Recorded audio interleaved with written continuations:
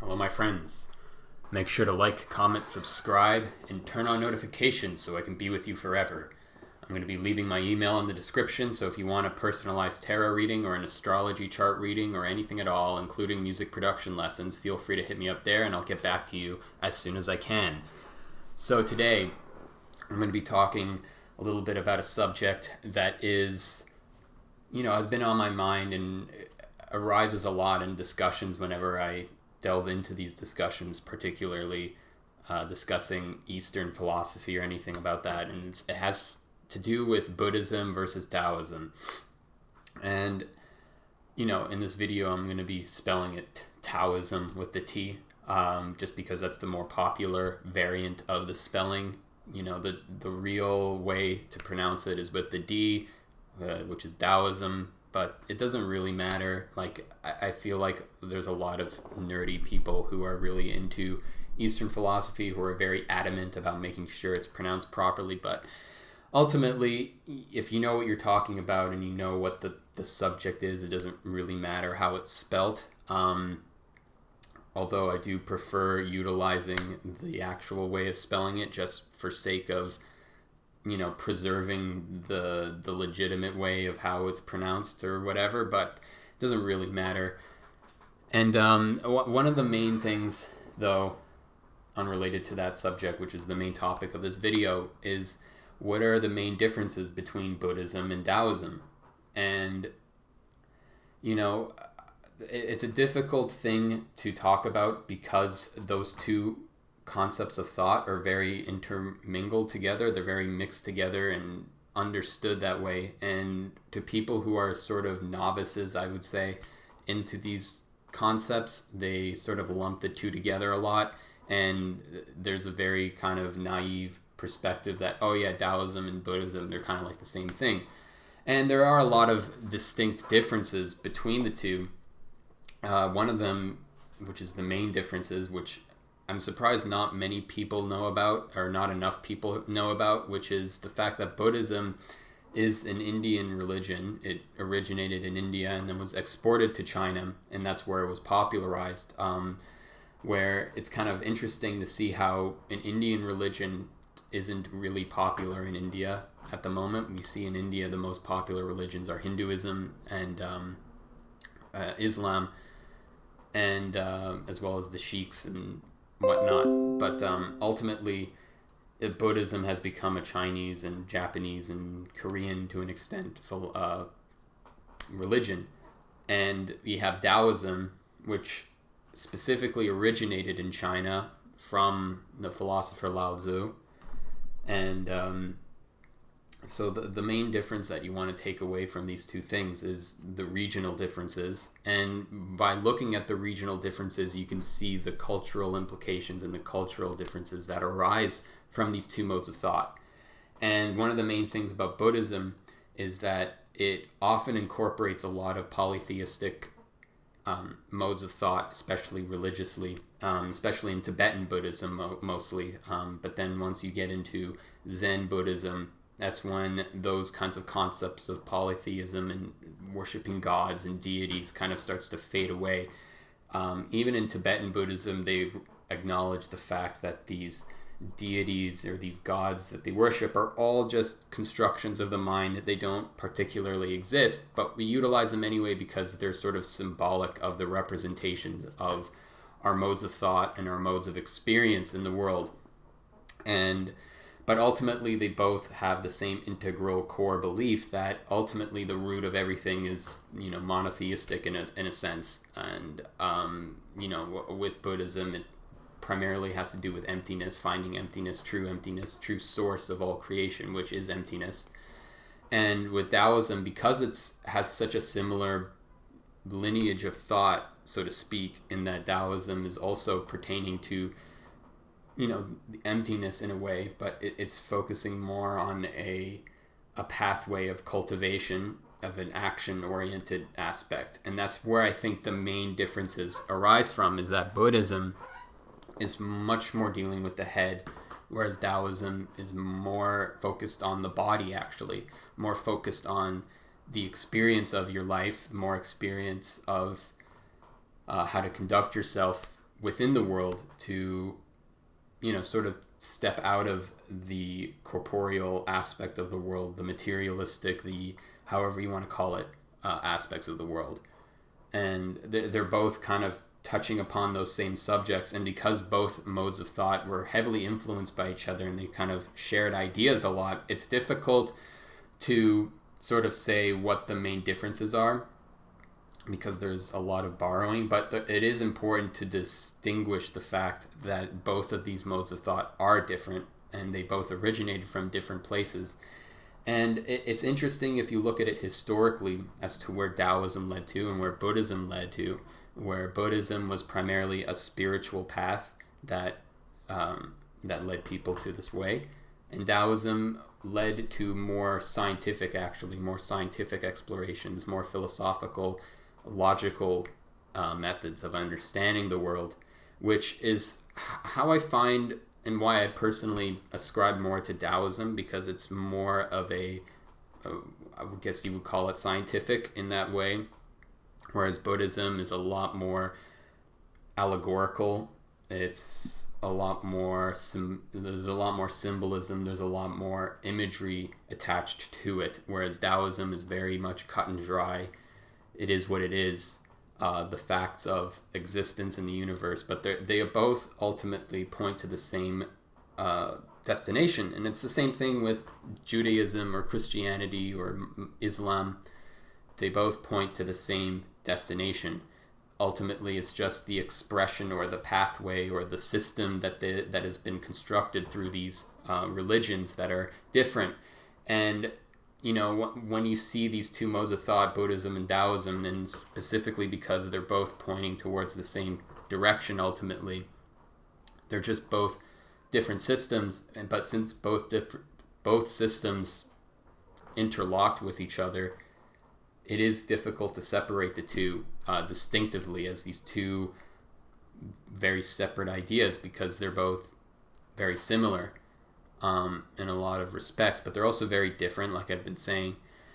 And one of the main differences is that, like I've said, is Taoism is particularly focused on the body, and this is where you have martial arts originating from, Chinese medicine originating from, a lot of different philosophical ideas and concepts that are related specifically to the body, which Buddhism tends to neglect a lot. I see a lot aspects of Buddhism which sort of neglects the aspect of experiencing life in the body, utilizing the body to its best capabilities. It sort of ignores the body in favor of spiritual attainment, whereas in Taoism, it focuses on the body as an integral pathway to attaining enlightenment, or however you want to call it. Whereas if you perfect and cultivate the body and develop the body to a state of its highest efficiency, you can create basically a platform for yourself to attain enlightenment, to attain whatever you want to call it.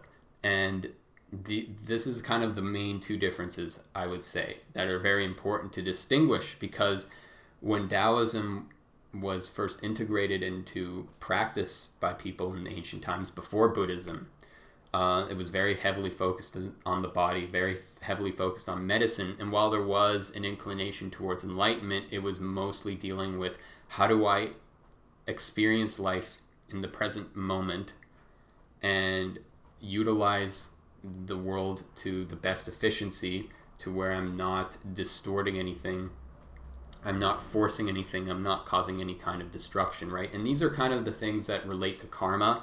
Buddhism sort of clarified, I would say, the concepts of karma, and then when it was brought to Taoism, they sort of had a deeper understanding of cause and effect and things of that nature, because karma is a very spiritual aspect of cause and effect, of you do something and something happens, right? It's not necessarily an aspect of karma that people like to associate with, if I do bad things will happen to me. It's a lot more complicated than that. Because obviously we see a lot of bad people in the world and nothing bad generally happens to them, because that's obviously not how karma works. When you do bad things happen to other people, and that's the main reason why you want to avoid delving into karma, so is not to affect other people, because ultimately we are all sharing a collective experience at the end of the day. And if you want to go into, you know, reincarnation, so to speak, these are the aspects that will attach you directly into this world, so that you're reincarnated into whatever sort of life that you are creating for yourself in the present moment. And that was a thing that Buddhism brought to Taoism, in a deeper understanding. And that was what Buddhism did, was it brought the spiritual aspects, the spiritual philosophies and understanding that originated in India, and with the Vedas particularly, and Hinduism in general, and it brought those traditions into China. And then it created a very interesting dynamic between the two, where you have the aspect of developing the body, developing health, developing vigor, developing efficiency of the body, which originated from Taoism, even though Taoism was particularly spiritual, but it led towards a path of the body, of cultivating the body energetically. Things like qi or prana in India were integrated in that fashion. And it's my understanding that those concepts of qi were also exported to India, but then it was sort of appropriated, I would say, by the yogis there, and they utilized it in their own Buddhist and Hindu practices as well. So there's a lot of sharing going on around here. So saying one is distinct from the other is a little bit naive, I would say, and saying one is the same as the other is equally as naive. And so these are the kinds of things that are very interesting when looking at history. One of the biggest examples, I would say, is a strong fusion. Actually, there's two examples, I would say. One is the Shaolin Temple, and the other is Zen Buddhism. And they're both very different, but they're both key examples as to the fusion or the integration of Buddhism and Taoism together. And for Shaolin Temple, it was primarily based off of martial arts, but utilizing martial arts with a goal in mind of attaining a higher sense of enlightenment, right? Because what Taoism did was it just taught you the components of energetic works, or components of bodily health and efficiency and whatever you want to call it, but there was no moralistic compass, there was no striving towards enlightenment. It was particularly just a martial art. And the same thing with Buddhism. Buddhism was particularly just focused on spirituality, and the Shaolin Temple originally was just a Buddhist temple. There was no martial arts involved whatsoever. There was no aspect of developing the body, so to speak. The body was sort of seen as this transitory part of our existence that wasn't really important to develop. And that was when martial arts were integrated into it, after they've been ransacked by thieves and all kinds of people that were attacking the Shaolin Temple, and they realized they needed to defend themselves. And that's when they got all the best martial artists around that they could find, and they learned those styles and they integrated them into Shaolin Kung Fu. And that's that story of the fusion of Taoism and Buddhism. And when we look at Zen, it was the same ideas of taking Buddhism, but then eliminating the deities or the flowery presentation of what Buddhism was, right? There's a lot of presentation that comes with Buddhism. When you go to a Buddhist temple, there's all kinds of golden shrines and nice pictures all over the place, and all kinds of incense, and there's a lot of tradition, a lot of traditional religious aspects implemented into it. And what Zen tried to do was it took the Buddhist concepts of spirituality and finding yourself within emptiness, but it eliminated all of those aspects, those what I would call illusory aspects that sort of attract people into it, and just focused on the pure cultivation of spirituality. And that was very much borrowing from a lot of Taoist concepts of just accepting things as they are, accepting the world as it is, whether it's good or bad. There is no necessity to sort of segregate things into good or bad, to segregate things based off of moral principles. And that was what Zen integrated into their traditions. And it's kind of interesting because Zen was originally a Chinese art. It was a Chinese, I wouldn't say it's a religion, it was more of a practice. It's a practice of Zen. And then it kind of was exported to Japan, and that's where we see it being a lot more popular nowadays is in, Japan primarily. And these are the kinds of things that are very interesting to look at when you're trying to discover the differences, because ultimately trying to figure out the differences between the two is kind of a pointless task. I don't really like to ascribe myself as a Taoist or a Buddhist or anything like that, or identify as anything. I identify as Jewish because that's my ethnicity. But ultimately, when it comes down to my religious practices, I take a lot of influences from all kinds of religions, and I'm sort of cultivating my own path and cultivating my own system based off of these traditions, and making sure that the systems are in line with each other. And I think that's important, is to find a system that has a lineage, has a history when you're participating in it. And I think that's the importance of religion, is that you're sort of learning a lot from ancestors and from trial and error. And when you're fusing them together, it's important to recognize both schools of thought.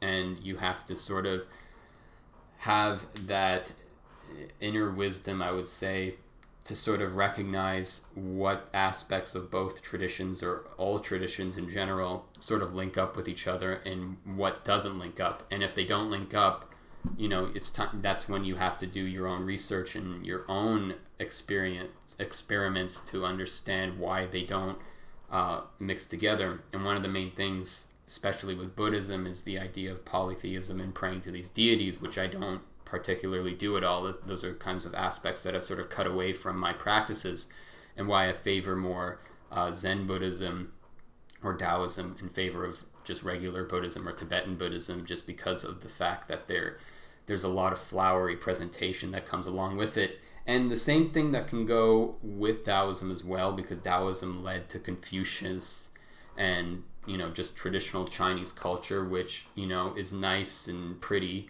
but I'm not particularly too drawn to those kinds of aspects, especially when it pertains to aesthetics or a mode of conduct, right? A moral mode of conduct. I sort of prefer to look at my Jewish heritage, because that's where I come from. That's where my origins come from. But then there are aspects that I can sort of meld into the practice, particularly with Jewish thought and experience, which it also is a religion that neglects the body. If you look at rabbis, or just any Jew in general, we're not really known to be physically adept at anything. The most Jews I know are very uncoordinated and very unathletic naturally, although there are a lot of good Jewish athletes. I mean, even my dad was a professional athlete at one point, and so was my grandfather, but that's beside the point.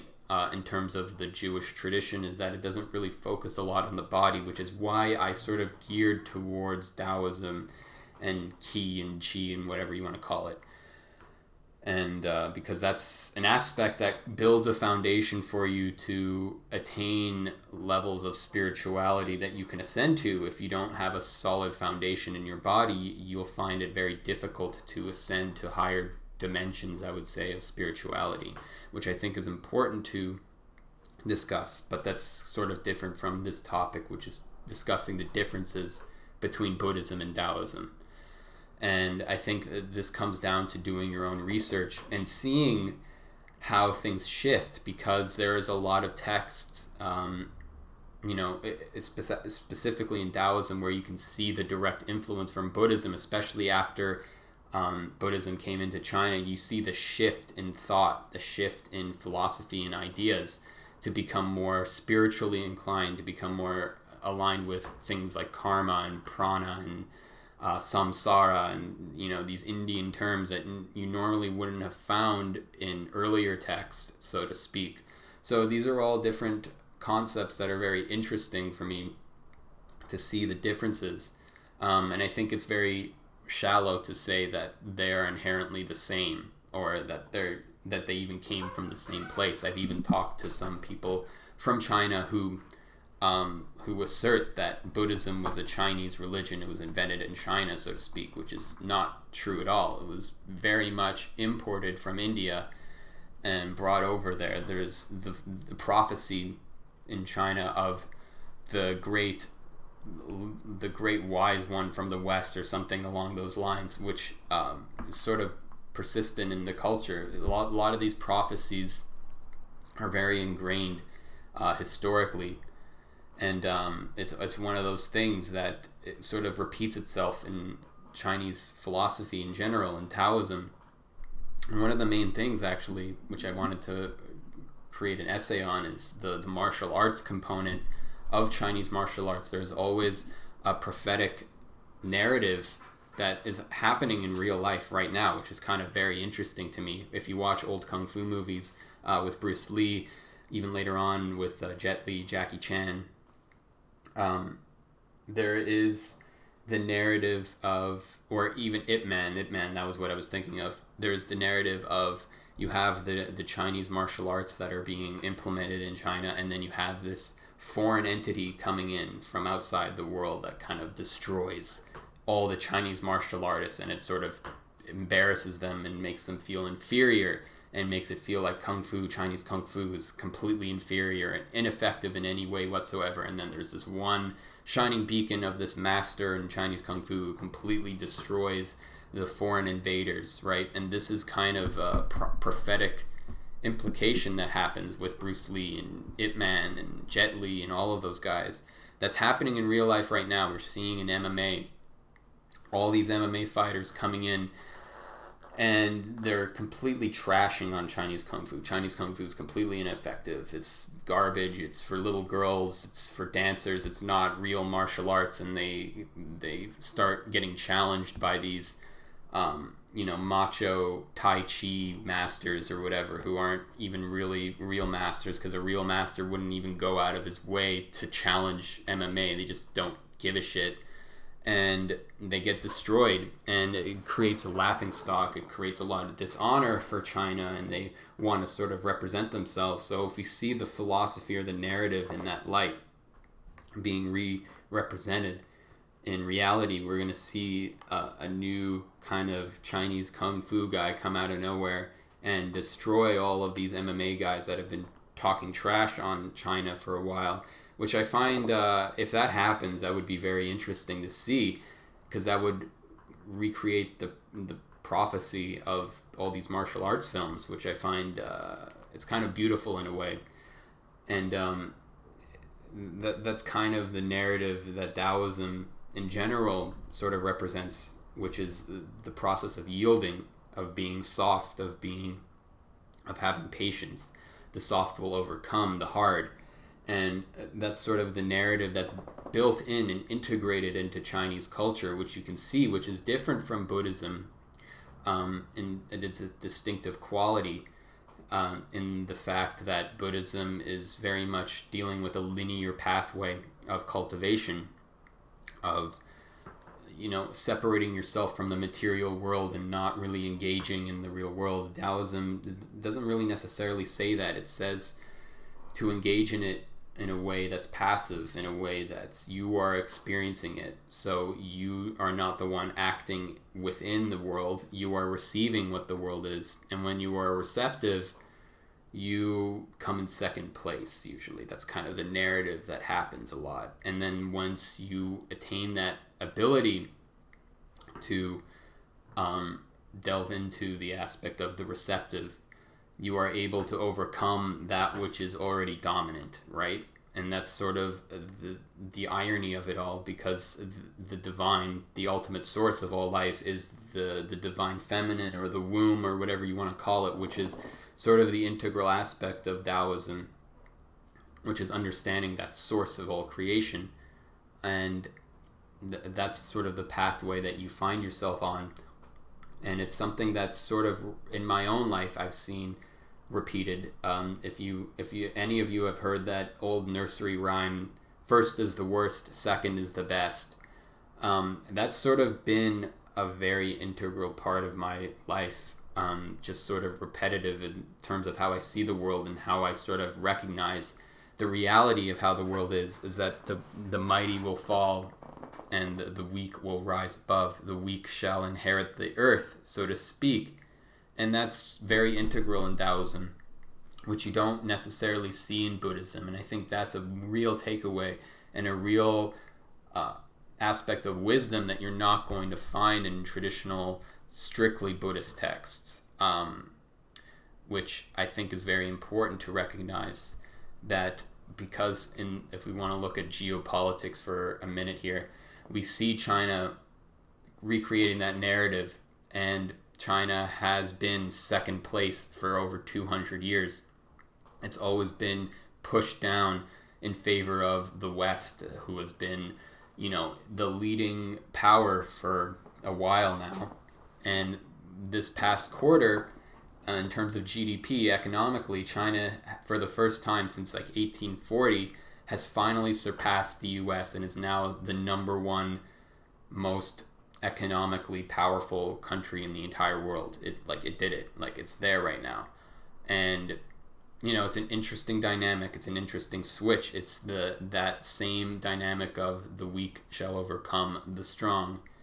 And it's important to recognize that aspect of the second, or first is the worst, second is the best, and that's integral in Taoism as well, from the basis of its foundations. If you read Tao Te Ching, that's ultimately what the lesson is that, you can put on this bravado and this show of being the best and forcing yourself to be on top, but ultimately to force yourself, to harden yourself, limits yourself to an extent that your life is short-lived. There is a short-lived aspect of your life and creation, and the person who is yielding, the person who is receptive, the person who is accepting of the universe and of the world overcomes them, because they take the slower route. They take the more diligent and the more calculative pathway of receiving the world instead of just dominating it, I would say. And this is that story of the hare versus the turtle. And the turtle wins ultimately because it's slow and steady and wins the race. It's all that same crap. It's all the same kind of narratives that are intertwined that we see in the world, not necessarily in Taoism. It's just kind of a central wisdom that we know intuitively. So I'm going to leave it at that. Thanks for watching. Thanks for tuning in. Make sure to like, comment, subscribe, and turn on notifications so it can be with you forever. And I'll see you next time. Peace.